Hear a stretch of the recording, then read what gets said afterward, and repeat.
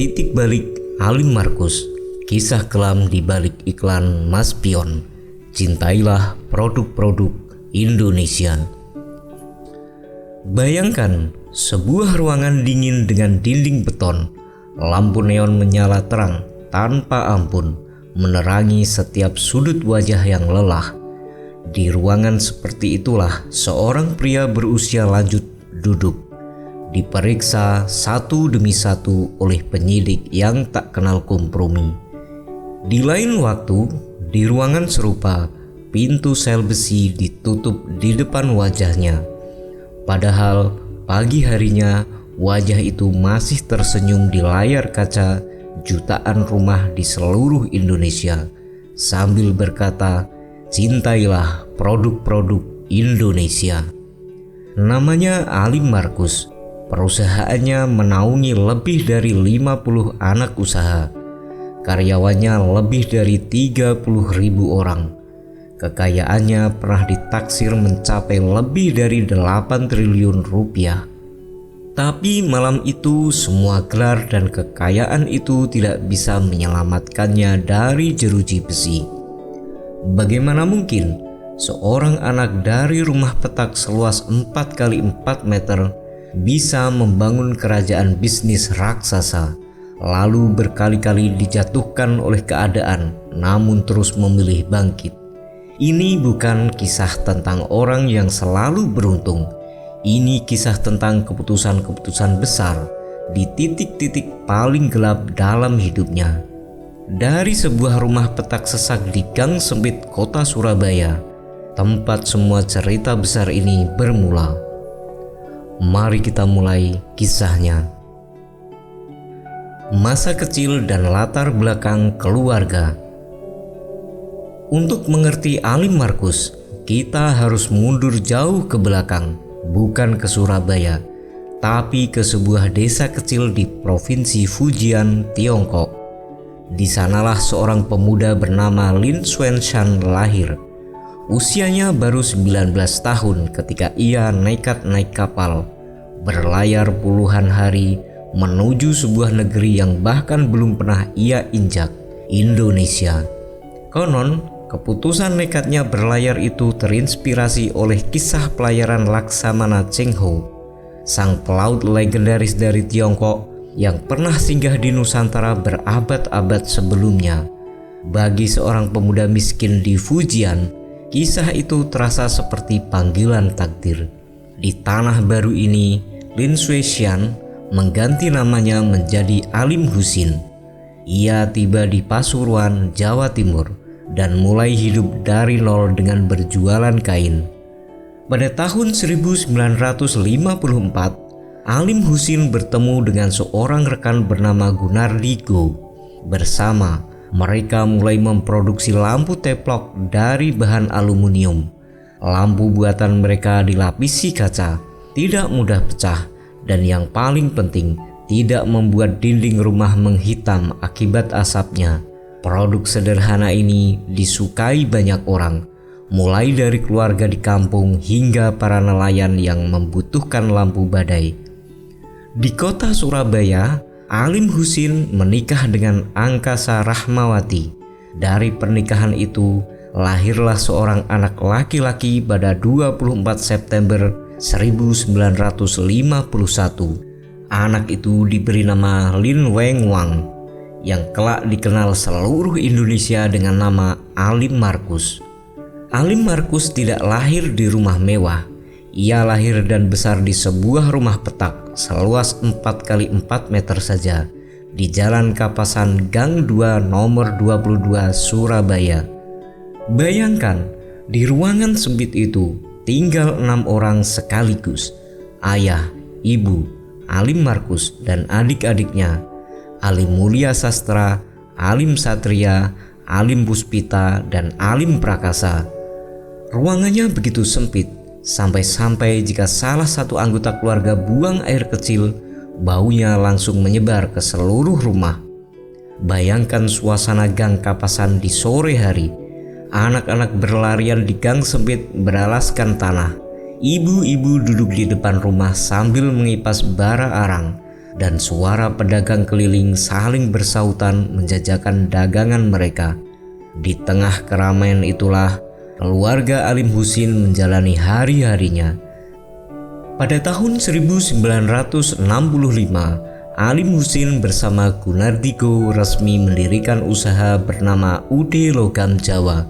Dengan hanya 8 orang karyawan, mereka memproduksi lampu teplok dari bahan aluminium, sekitar 300 lusin setiap harinya. Alim Markus tumbuh di tengah suara palu dan bau logam panas itu. Sejak kecil ia sudah terbiasa melihat ayahnya bekerja tanpa henti demi menghidupi keluarga di rumah petak yang sesak. Pada tahun 1966, di usia yang baru 15 tahun, Alim Markus mengambil keputusan besar pertamanya. Ia memilih berhenti sekolah saat masih duduk di bangku kelas 2 SMP demi membantu penuh usaha ayahnya. Bagi remaja seusianya, itu adalah masa untuk bermain dan bersekolah. Tapi Alim Markus memilih jalan lain. Ia mulai dari pekerjaan paling sederhana, membersihkan lantai pabrik, lalu naik ke bagian administrasi, keuangan, hingga penjualan. Setiap hari ia keluar masuk pasar dan toko, menjajakan lampu teplok dan perkakas rumah tangga buatan keluarganya. Ia bekerja mulai jam 5 pagi hingga jam 7 malam. Bayangkan seorang remaja 15 tahun memanggul karung berisi lampu teplok di bahunya, berjalan menyelusuri pasar yang becek dan riuh, sambil menawarkan dagangan ke satu demi satu pedagang. Panas matahari membakar kulitnya, peluh membasahi bajunya, tapi ia terus berjalan. Karena setiap lampu yang terjual berarti sepiring nasi lebih banyak untuk keluarganya di rumah. Keputusan inilah yang kelak membentuk karakternya. Karena hidup berdekatan dengan orang-orang kecil di pasar, ia tumbuh menjadi sosok yang dekat dengan karyawannya sendiri sampai hari ini. Kerja keras itu terbayar. Ayahnya melihat sendiri bagaimana anak sulungnya memahami seluk-beluk usaha dari akar rumput, bukan dari belakang meja. Maka pada tahun 1971, di usia baru 20 tahun, Alim Markus dipercaya menjadi presiden direktur perusahaan keluarga ini. Titik nadir ketika kota membakar toko-toko milik orang sepertinya. Bertahun-tahun berlalu, usaha keluarga yang dulu bernama UD Logam Jawa kini telah berganti nama menjadi Mas Pion dan tumbuh menjadi salah satu produsen peralatan rumah tangga terbesar di Indonesia. Tapi pada pertengahan tahun 1997,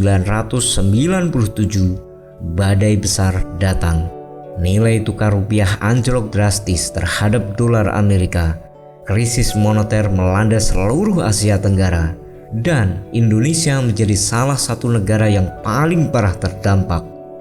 Bagi Mas Pion, dampaknya nyata dan menyakitkan.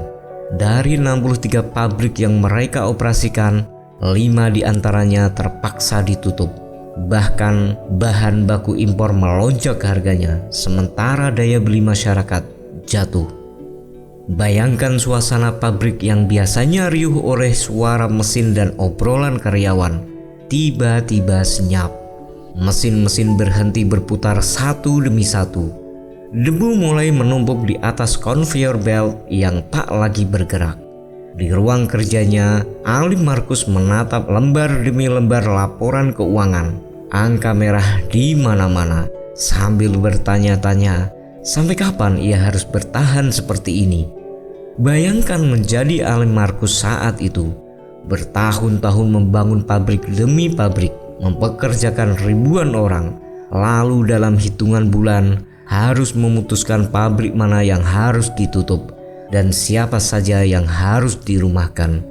Namun krisis ekonomi bukanlah ujian terberat.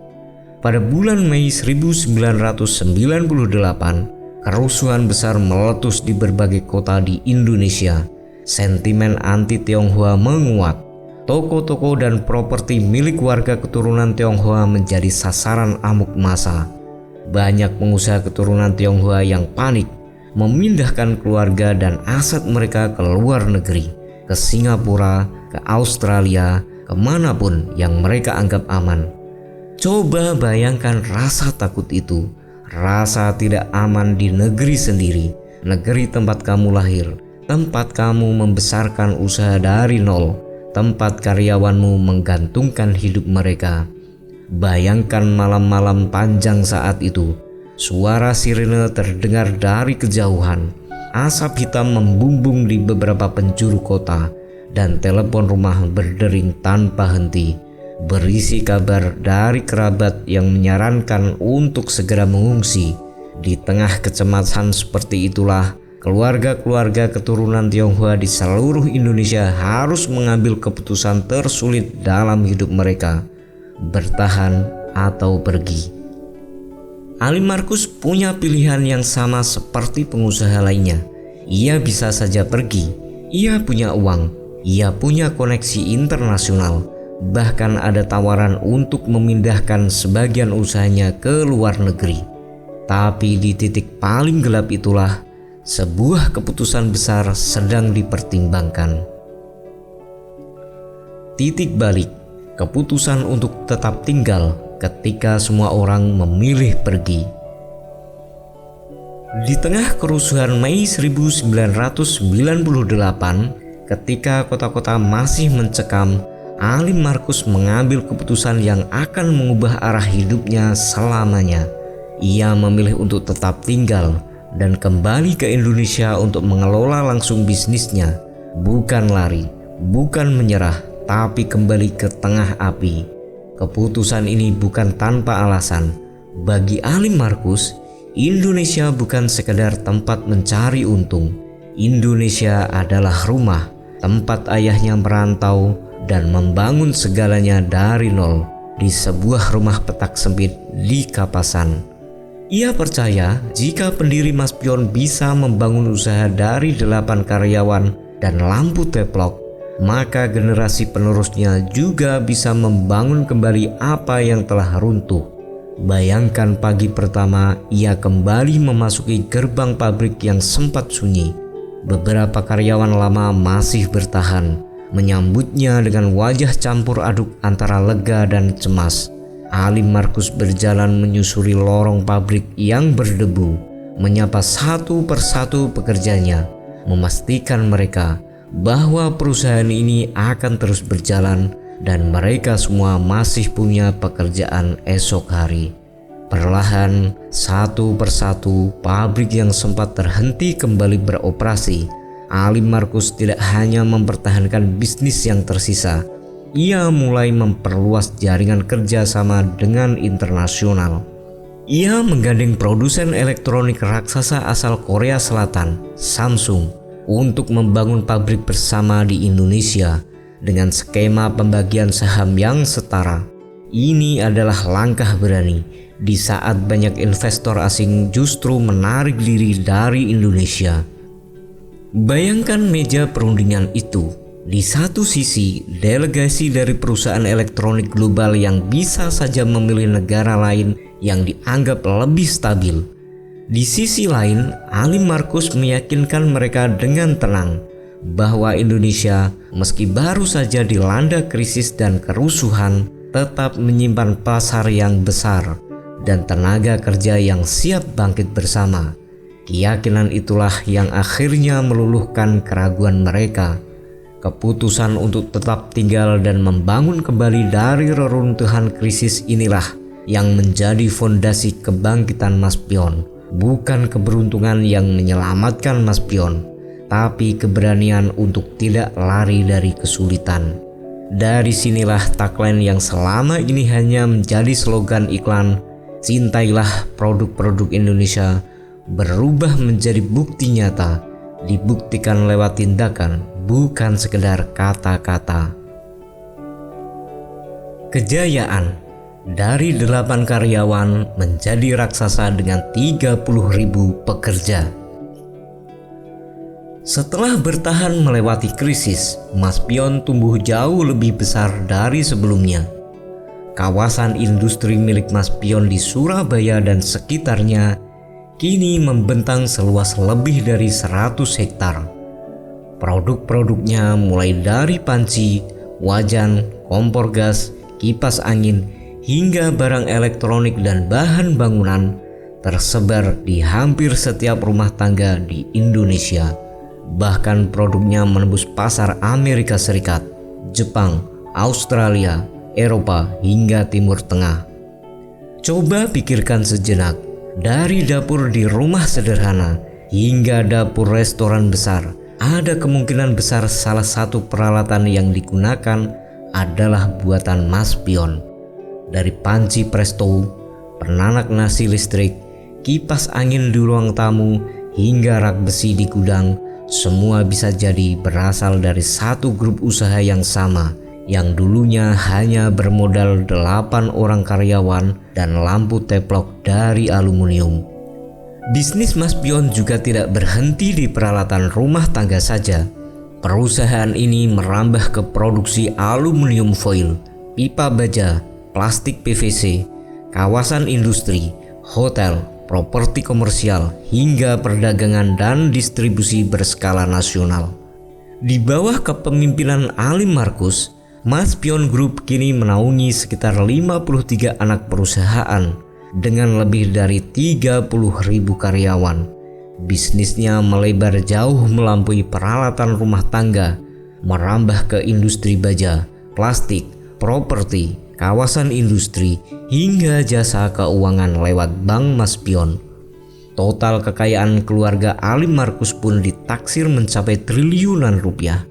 Salah satu daftar orang terkaya bahkan pernah menempatkan di peringkat ke-78 nasional dengan kekayaan sekitar 560 juta dolar Amerika atau setara 8 triliun rupiah lebih.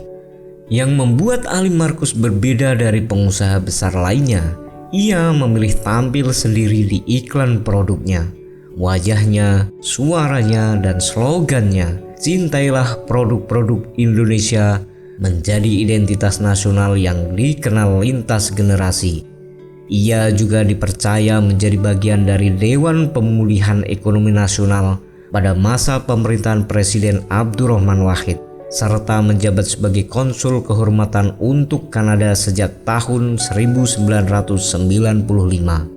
Dari rumah petak 4x4 meter di Kapasan, Surabaya, Alim Markus kini berdiri sebagai salah satu konglomerat paling dihormati di Indonesia. Filosofi di balik slogan yang tak lekang waktu. Sejak era tahun 1990-an, ada satu tayangan iklan yang begitu sering muncul di layar televisi rumah-rumah Indonesia. Iklan itu menampilkan seorang pengusaha keturunan Tionghoa berdiri berdampingan dengan seniman senior Titik Puspa, lalu menutup iklan dengan kalimat yang sama, "Cintailah produk-produk Indonesia." Yang membuat iklan ini berbeda, sosok yang bicara di depan kamera bukan aktor bayaran, bukan pula model iklan profesional. Ia adalah pemilik perusahaannya sendiri. Ini adalah keputusan pemasaran yang tidak biasa. Bayangkan, seorang pemimpin perusahaan besar rela menghabiskan waktunya syuting iklan berulang kali, memperlihatkan wajahnya sendiri ke seluruh negeri demi satu tujuan, meyakinkan rakyat Indonesia bahwa produk buatan bangsa sendiri layak dibeli dan dibanggakan. Dalam sebuah wawancara pada tahun 2011, Alim Markus pernah menjelaskan alasan dibalik kegigihannya berkampanye lewat iklan itu. Baginya, sebuah negara akan maju apabila industrinya kuat. Industri akan kuat apabila produknya laku di pasaran, dan produk hanya akan laku jika kualitasnya baik, serta rakyatnya memiliki rasa nasionalisme yang tinggi terhadap produk buatan sendiri. Bagi Alim Markus, tagline ini bukan sekedar trik pemasaran untuk mendongkrak penjualan panci dan kipas angin. Ini adalah keyakinan pribadi. yang ia yakini bisa membantu membangun kepercayaan diri sebuah bangsa terhadap karya anak negerinya sendiri. Strategi ini terbukti berhasil. Selama lebih dari 3 dekade, wajah dan suara Alim Markus menjadi identitas yang melekat kuat dengan nama Mas Pion, bahkan mengalahkan popularitas banyak model iklan profesional lainnya.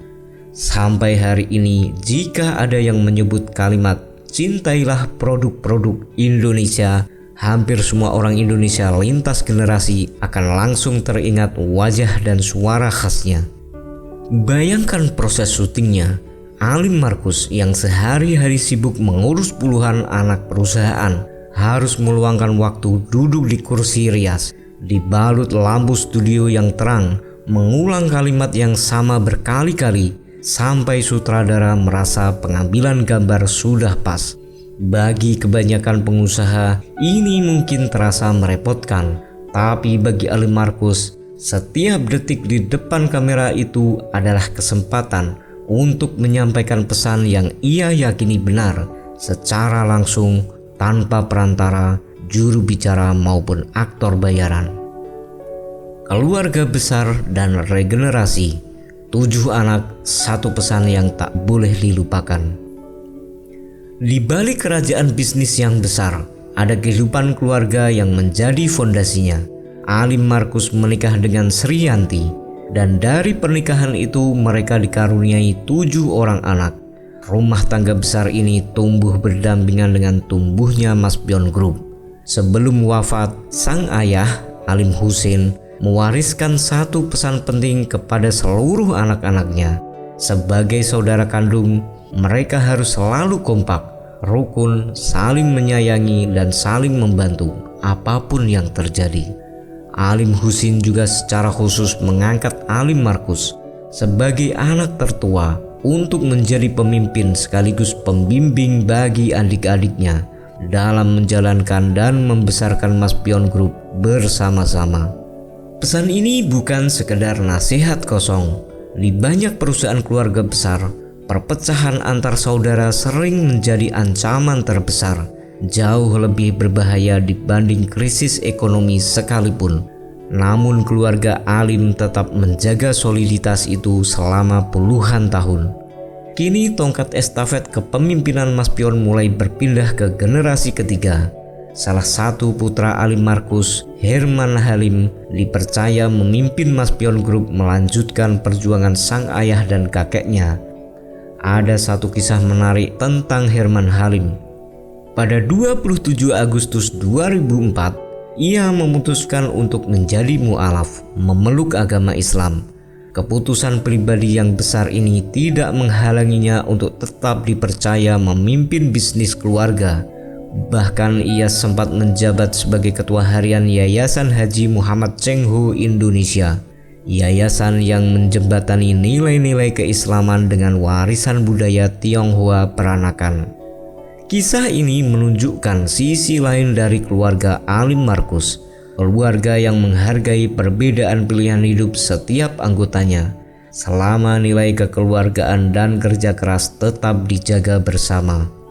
Bayangkan sebuah meja makan besar, tempat 3 generasi keluarga Alim berkumpul di hari raya.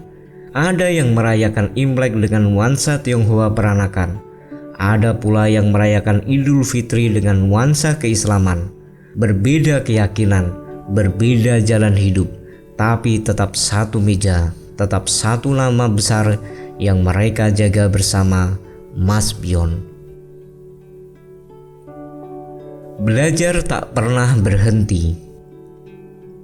Ada satu hal yang menarik dari perjalanan hidup Alim Markus. Ia berhenti sekolah formal ketika masih duduk di bangku SMP. Tapi berhenti sekolah ternyata tidak sama dengan berhenti belajar. Pada tahun 1990, di usia hampir 40 tahun, Alim Markus mengikuti program pendidikan eksekutif di National University of Singapore, salah satu universitas terbaik di Asia. 20 tahun kemudian, pada 2010, di usia hampir 60 tahun, ia kembali duduk di bangku kelas. kali ini mengikuti program serupa di Tsinghua University, Beijing, salah satu kampus paling bergengsi di Tiongkok, tanah kelahiran ayahnya. Bayangkan itu, seorang pengusaha yang sudah memimpin puluhan anak perusahaan yang namanya sudah dikenal seluruh negeri, tetap memilih duduk sebagai murid, belajar hal-hal baru di usia yang oleh banyak orang dianggap sudah waktunya pensiun. Semangat belajar ini juga tercermin dari berbagai peran organisasi yang ia jalani. Alim Markus dipercaya menjadi Ketua Indonesia China Business Council, sebuah organisasi yang menjembatani kerjasama ekonomi antara Indonesia dan Tiongkok. Ia juga menjadi bagian dari Dewan Pembina Paguyuban Sosial Marga Tionghoa Indonesia, organisasi sosial masyarakat Tionghoa terbesar di Indonesia yang lahir tak lama setelah tragedi kerusuhan Mei 1998 sebagai simbol rekonsiliasi dan kontribusi komunitas Tionghoa bagi bangsa. Kembali jatuh setelah jaya. Namun kejayaan besar ternyata tidak membuat hidup Alim Markus berjalan mulus selamanya. Inilah momen yang kita lihat di awal video ini. Suatu waktu, Alim Markus terseret dalam sebuah kasus yang dikenal dengan istilah bank gelap. Ia sempat ditahan, sebuah pukulan besar bagi reputasi yang telah ia bangun puluhan tahun. Untungnya, sejumlah tokoh nasional turun tangan untuk menjamin penangguhan penahanannya, termasuk pengusaha media Dahlan Iskan dan tokoh nasional Yusuf Kala. Berkat jaminan itu, dakwaan terhadap Alim Markus akhirnya digugurkan. Kontroversi lain juga pernah menghampirinya. Alim Markus sempat menerima gelar doktor honoris causa di bidang ilmu ekonomi dari sebuah universitas di Surabaya. Namun gelar itu menuai protes dari para alumni dan pihak kampus sendiri karena dianggap melanggar aturan Kementerian Pendidikan yang mensyaratkan penerima gelar kehormatan minimal berpendidikan sarjana. Pada November 2011, Pengadilan Tata Usaha Negara Surabaya akhirnya membatalkan gelar tersebut. Belasan tahun kemudian, pada Mei 2023, nama Alim Markus kembali menjadi sorotan publik. Ia dipanggil Komisi Pemberantasan Korupsi sebagai saksi dalam kasus dugaan gratifikasi yang menjerat mantan Bupati Sidoarjo, Saiful Ilah. Perlu digarisbawahi, Alim Markus dipanggil murni sebagai saksi, bukan sebagai tersangka, dan tidak ada tuduhan pelanggaran hukum yang diarahkan kepada dirinya dalam kasus tersebut. Meski begitu, bagi seorang tokoh yang wajahnya identik dengan slogan "Cintailah produk-produk Indonesia", dipanggil ke gedung Komisi Pemberantasan Korupsi tetaplah momen yang tidak nyaman dan kembali menempatkan namanya di bawah sorotan media selama berhari-hari. Bayangkan pemandangan itu, puluhan wartawan berdiri berjajar di lobi gedung berwarna merah putih. Kamera dan mikrofon teracung ke arahnya begitu ia melangkah keluar. Alim Markus yang biasa berbicara lantang di depan kamera iklan, kali ini memilih diam 1000 bahasa, berjalan cepat menuju mobilnya dikawal petugas keamanan. Ia juga beberapa kali menghadapi aksi protes dari karyawannya sendiri yang menuntut kenaikan upah, sebuah pengingat bahwa menjadi pemimpin perusahaan besar berarti terus-menerus menghadapi tekanan dari berbagai arah, bukan hanya dari pasar, tapi juga dari dalam rumah sendiri. Kisah Alim Markus mengajarkan kita satu hal penting. Kejayaan bukanlah garis akhir yang aman selamanya. Bahkan setelah membangun kerajaan bisnis triliunan rupiah, seseorang tetap bisa terjatuh, tetap bisa membuat kesalahan, dan tetap harus mempertanggungjawabkan setiap keputusannya. Di usia senja, suara yang masih didengar. Bertahun-tahun setelah semua jatuh bangun itu, nama Alim Markus kembali ramai diperbincangkan publik. Kali ini bukan karena kasus hukum, tapi karena sebuah permintaan sederhana dari seorang gubernur. Pada awal April 2025, di tengah gelombang pemutusan hubungan kerja yang melanda banyak provinsi di Indonesia, Gubernur Jawa Timur Khofifah Indar Parawansa menerima kunjungan silaturahmi dari Ali Markus di kediamannya di Surabaya. Dalam pertemuan itu, Khofifah menitipkan sebuah pesan khusus. Ia meminta Ali Markus sebagai pengusaha senior sekaligus Ketua Dewan Pertimbangan Asosiasi Pengusaha Indonesia Jawa Timur untuk tidak melakukan pemutusan hubungan kerja terhadap karyawannya, apapun kondisi ekonominya. Data saat itu memang mengkhawatirkan. Sepanjang Januari hingga Februari 2025 saja, tercatat sekitar 40.000 pekerja di Jawa Timur terkena pemutusan hubungan kerja. Di usianya yang sudah 74 tahun, Ali Markus memberikan jawaban yang tegas. Ia memastikan tidak akan ada pemutusan hubungan kerja di seluruh perusahaan Maspion Group. Jikapun ada karyawan yang harus dirumahkan dari satu unit usaha, mereka akan disalurkan ke perusahaan lain dalam grup yang sama. Jawaban sederhana ini mendadak viral di media sosial. Banyak generasi muda yang baru mengenal sosok Ali Markus lewat momen ini. Penasaran mencari tahu siapa sebenarnya pengusaha senior yang begitu dihormati oleh seorang gubernur. Perjalanan hidup. Kita sudah menyusuri perjalanan panjang ini bersama, dari rumah petak sempit di Kapasan, krisis yang meluluh lantakkan, keputusan berani untuk bertahan, hingga kejayaan yang dibangun lintas generasi. Dari kisah panjang Ali Markus dan Maspion, ada beberapa pelajaran sederhana yang bisa kita bawa pulang. Pertama, keterbatasan bukan alasan untuk berhenti bermimpi. Ali Markus tumbuh di rumah petak sempit, putus sekolah di usia 15 tahun, tapi keterbatasan itu ia ubah menjadi bahan bakar untuk bekerja lebih keras. Kedua, keberanian untuk bertahan lebih berharga daripada kenyamanan untuk lari. Saat krisis 1998 dan kerusuhan Mei melanda, banyak yang memilih pergi. Ali Markus memilih tinggal dan membangun kembali. Keputusan itulah yang menjadi titik balik terbesar dalam hidupnya.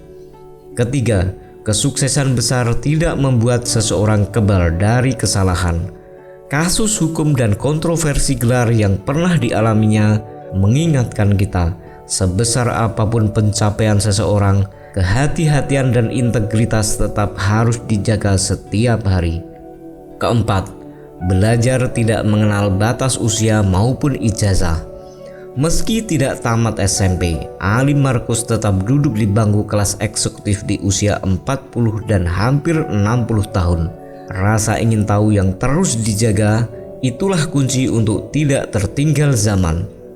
Kelima, warisan sejati bukan hanya harta, tapi nilai yang diturunkan ke generasi berikutnya. Pesan persatuan dari Ali Markus kepada anak-anaknya dan estafet kepemimpinan ke generasi ketiga lewat Herman Halim menunjukkan bahwa bisnis keluarga yang bertahan lama dibangun di atas kekompakan, bukan sekedar keuntungan. Keenam, cinta pada bangsa sendiri bisa menjadi kekuatan bisnis yang nyata. Tagline "Cintailah produk-produk Indonesia" bukan hanya jargon pemasaran. Bagi Ali Markus, itu adalah keyakinan bahwa produk buatan anak bangsa layak berdiri sejajar dengan produk luar negeri, dan bahwa kesejahteraan karyawan adalah bagian tak terpisahkan dari cinta itu. Hari ini, ketika kamu melihat kipas angin, magicom atau panci di dapur rumahmu, ada kemungkinan besar salah satunya adalah buatan Maspion. Di balik benda-benda sederhana itu tersimpan kisah seorang anak dari rumah petak sempit di Surabaya yang jatuh berkali-kali tapi memilih bangkit setiap saat demi satu keyakinan bahwa produk Indonesia layak dicintai oleh bangsanya sendiri. Terima kasih sudah menonton. Jika kisah ini berhasil menginspirasi kamu, Tidak ada salahnya memberi like di video ini.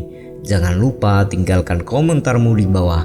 Share video ini ke keluarga dan orang-orang terdekatmu, serta tekan tombol subscribe jika belum. Sampai jumpa di video inspiratif berikutnya.